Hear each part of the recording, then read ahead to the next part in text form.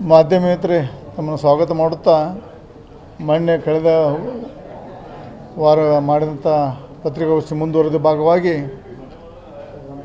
Grade 2 tahsildar Hukkeri grade 2 tahsildar ಮಾಡಿದಂಥ ಅನಾಹುತ ಬಗ್ಗೆ ನಾನು ಸವಿಸ್ತಾರವಾಗಿ ತಮಗೆಲ್ಲ ಮಾಧ್ಯಮ ಮಿತ್ರರಿಗೆ ತಮ್ಮ ಅನಿಸಿಕೆ ಹಂಚಿಕೊಂಡಿದ್ದೆ. ಅದು ಮುಂದುವರೆದ ಭಾಗವಾಗಿ ನಮ್ಮ ಸಮಾಜದ ಈ ಭಾಗದ ಒಂದು 10 ಜಿಲ್ಲೆಯಿಂದ ಪ್ರಮುಖ ನಾಯಕರು ಕರೆದು ಚರ್ಚೆ ಮಾಡಿಕೊಂಡು ನಾಳೆ ಬರುವಂಥ ಅಧಿವೇಶನದಲ್ಲಿ ಸರ್ಕಾರ ಗಮನಕ್ಕೆ ಹೇಗೆ ತರೋದು ಏನು ಮಾಡೋದು ಚರ್ಚೆ ಮಾಡಿದ್ದೇವೆ.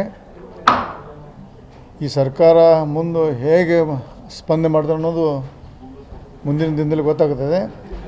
ಆಮೇಲೆ ನಾವು ಈ ಒಂದು ವಿಷಯವನ್ನು ಜನತಾ ನ್ಯಾಯಾಲಯ ಮುಖಾಂತರ ರಾಜ್ಯದ ಮೂಲೆ ಮೂಲೆಗೆ ಬರೀ ವಾಲ್ಮೀಕಿ ಜನಾಂಗ ಅಲ್ಲ, SC ST ಇರ್ಬೋದು, OB ಹಿಂದೂ ಜನಾಂಗ ಇರ್ಬೋದು, ಎಲ್ಲರ ಕೊಟ್ಟು ಸರ್ಟಿಫಿಕೇಟ್ ತೊಗೊಂಡು ಯಾರೋ ತಮ್ಮ ಅವ್ರ ವಿದ್ಯಾರ್ಥಿ ಇರ್ಬೋದು, ವಿದ್ಯಾರ್ಥಿ ವೇತನ ಇರ್ಬೋದು, ಎಲ್ಲದಲ್ಲಿ ನಮ್ಗೆ ವಿಶೇಷವಾಗಿ ಅಹಿಂದ ಜನಾಂಗಕ್ಕೆ ಭಾಳ ಅನ್ಯಾಯ ಆಗುತ್ತದೆ.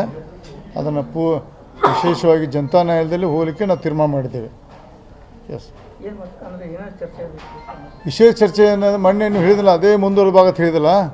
ನಮ್ಮ ಗ್ರೇಡ್ 2 ತಹಸೀಲ್ದಾರ್ ಬಗ್ಗೆ ಇನ್ನೂ ಒಟ್ಟು ಸರ್ಕಾರ ಗಂಭೀರವಾಗಿ ಪರಿಗಣಿಸೋದು ಗೊತ್ತಿಲ್ಲ ಇನ್ನೂ, ಯಾಕಂದರೆ ಎಷ್ಟರ ಮಟ್ಟಿಗೆ ಸರ್ಕಾರ ಎದ್ದತೆ ಗೊತ್ತಿಲ್ಲ. ಒಂದು ಬರೀ ಒಬ್ಬರು ಲಾ ಡಿಪಾರ್ಟ್ಮೆಂಟಿಂದ ಆ ಗೌರ್ಮೆಂಟ್ ಅಡ್ವೊಕೇಟಿಗೆ ನೋಟಿಸ್ ಕೊಟ್ಟು ಇದನ್ನು ಯಾಕೆ ನೀವು ಅಬ್ಜೆಕ್ಷನ್ ಕೇಳಿದ ಅಷ್ಟೇ ಕೇಳಿದ್ದಾರೆ ಬಿಟ್ಟು ಸರ್ಕಾರ ಮಟ್ಟದಲ್ಲಿ ಏನಾಗಿದೆ ಅಂತ ನಮಗಿನ್ನೂ ಮಾಹಿತಿ ಬಂದಿಲ್ಲ.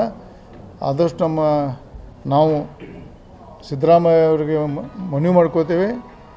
ರಾಜ್ಯದ ಮುಖ್ಯಮಂತ್ರಿ ಹಿಂದುಳಿದ ಜನಾಂಗದಿಂದ ಪ್ರತಿನಿಧಿಯಾಗಿ ನಮ್ಮ ಜನಾಂಗದ ಎಲ್ಲ ಜನಾಂಗದ ಆಗುವ ದಿನದಿಂದ ನೋಡಬೇಕು. ಅವರು ವಿಶೇಷವಾಗಿ ಫೇಕ್ ಸರ್ಟಿಫಿಕೇಟಿಂದ ಭಾಳ ದೊಡ್ಡ ಇದೊಂದು ಗಂಭೀರವಾದ ಸಮಸ್ಯೆ ಇರೋದ್ರಿಂದ ನಮ್ಮ ಮುಖ್ಯಮಂತ್ರಿಗಳು ಮನವಿ ಮಾಡ್ಕೋತೀನಿ. ಅತಿ ಶೀಘ್ರದಲ್ಲಿ ನಮಗೆ ನಮ್ಮ ಸಮಾಜಕ್ಕೆ, ವಾಲ್ಮೀಕಿ ಜನಾಂಗಕ್ಕೆ ಮತ್ತು ಎಲ್ಲ ಉಳಿದ ತುಳಿತಕ್ಕೊಳದಂಥ ಜನಾಂಗಕ್ಕೆ ಅವರ ನ್ಯಾಯ ತಕ್ಷಣ ಕೊಡಬೇಕಂತ ತಮ್ಮ ಮಾಧ್ಯಮ ಮುಖಾಂತರ ಮುಖ್ಯಮಂತ್ರಿ ಮನವಿ ಮಾಡ್ಕೋತಾರೆ. ಕೊಟ್ಟಿದ್ದೆ ಅದು ಅವರ ಮತ್ತೊಂದು ಸಲ ಮಾತಾಡಿದ್ದೀನಿ. ಅವರು ಅಧಿವೇಶನದಲ್ಲಿ ಸ್ವಲ್ಪ ತಯಾರಿ ಬೀಜಿದ್ರು, ಆದರೂ ಸಹಿತ ಸ್ಥಳೀಯ ಜಿಲ್ಲಾಧಿಕಾರಿ ಸ್ಪಂದನೆ ಮಾಡಿದ್ದಾರೆ.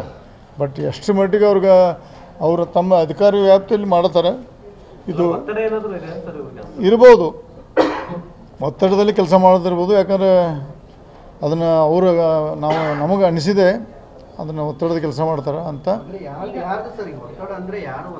ನಿಮ್ದು ತಿಳ್ಕೊಳ್ಳಿ, ಅದು ಯಾರು ತಿಳ್ಕೊಳ್ಳಿ ಇರ್ಬೋದು.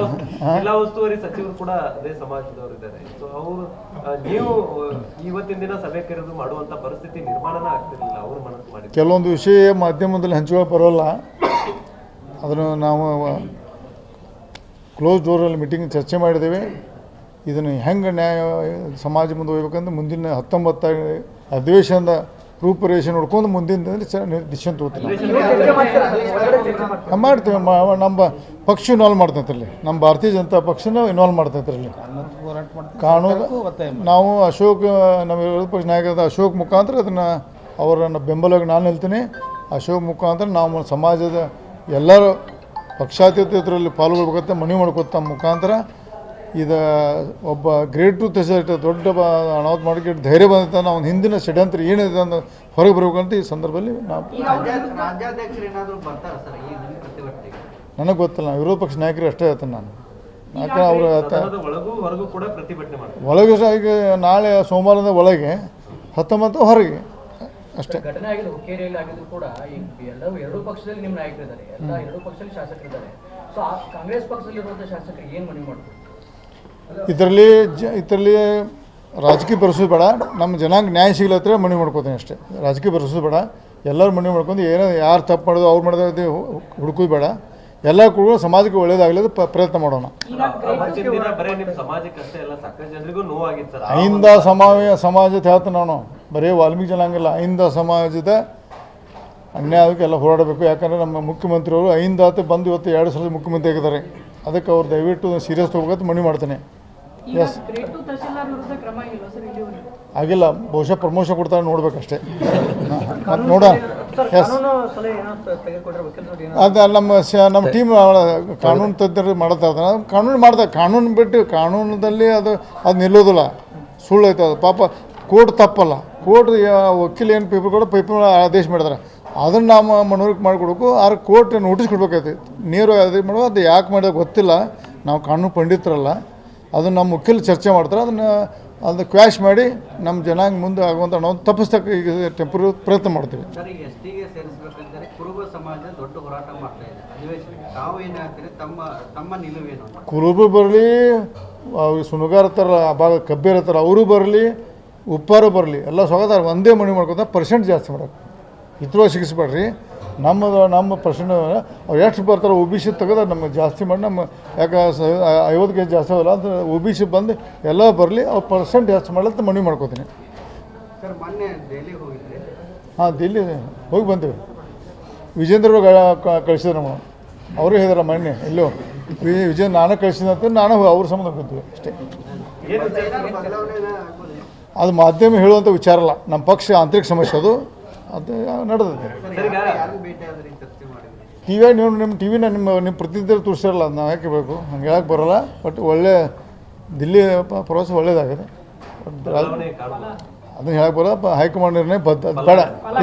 ಇಲ್ಲಿ ನಮ್ಮ ಎಲ್ಲ ಪಕ್ಷ ಅದಾವ, ಇಲ್ಲಿ ಪಕ್ಷದ ಬೇಡ. Thank you. ಸರ್, ಈಗ ಒಂದು ಕಡೆದಾಗ ಸರ್, ಈಗ ಒಂದು ವಿರೋಧ ಪಕ್ಷವಾಗಿ ಸರಿಯಾಗಿ ಕೆಲಸ ಮಾಡ್ತಾ ಇಲ್ಲ ಅನ್ನುವಂಥದ್ದು ಆರೋಪನೇ ಇದೆ.